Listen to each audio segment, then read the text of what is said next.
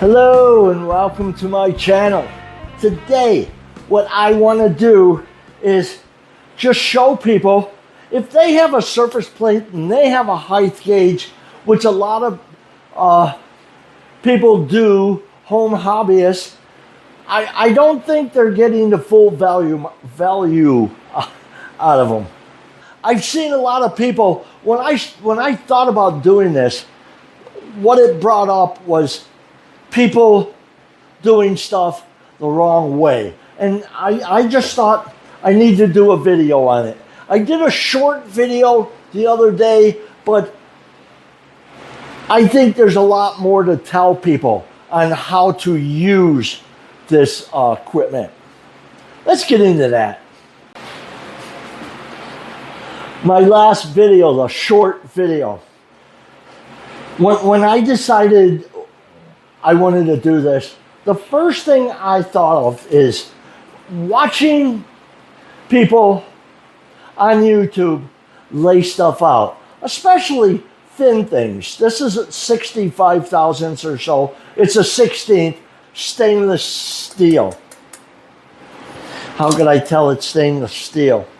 Some magnet sticks on the steel. This is 304 stainless. It does not stick. I know it's stainless, which has nothing to do with anything.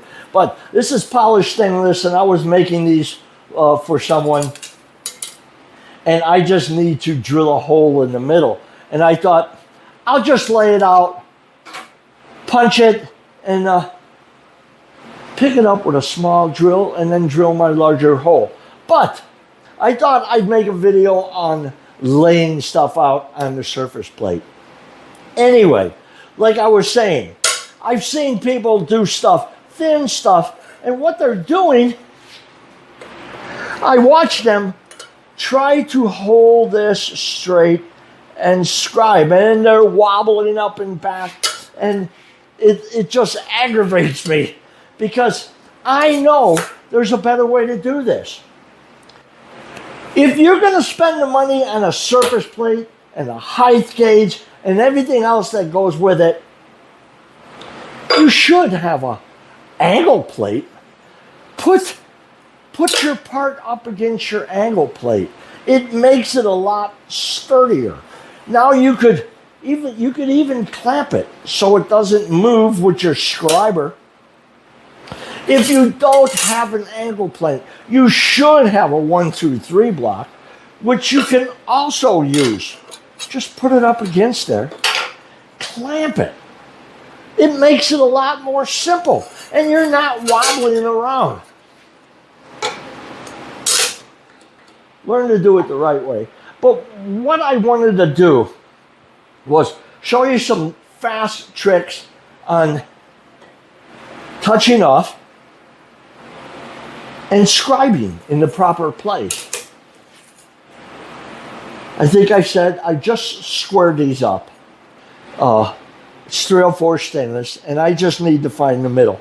I know that these things are 5" by 6 1/8. They better be 6 1/8. So finding the middle. It's 2.5 inches up, and this way would be 3 1/16. How I do it. First thing, I use Dykem. Let's just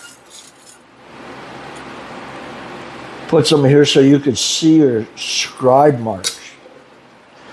That should dry pretty fast out here. If it don't, you could always just take a rag and just tap it. That should be dried. Anyway, 2, let me show you this. How I always do it. First thing you need to do is, it's 0. This is your 0 plane. I want to come up 2.5 inches. Now I could sit here and count 1, 2, 3. It's a bunch of crap. Takes too long. 2-inch 1, 2, 3 block and a 1/2-inch dowel pin. Just bring it up. Put your dowel pin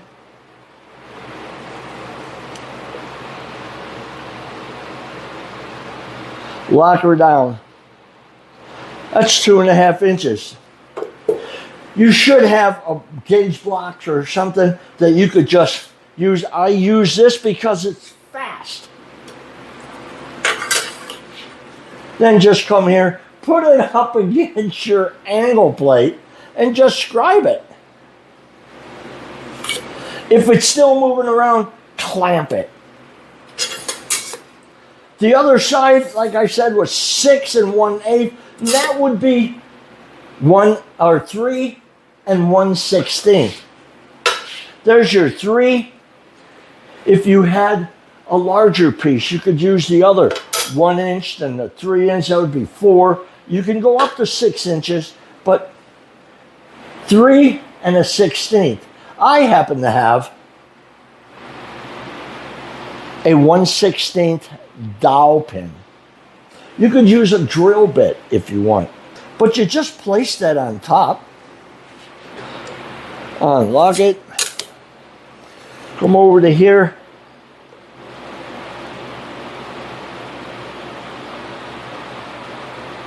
lock it down.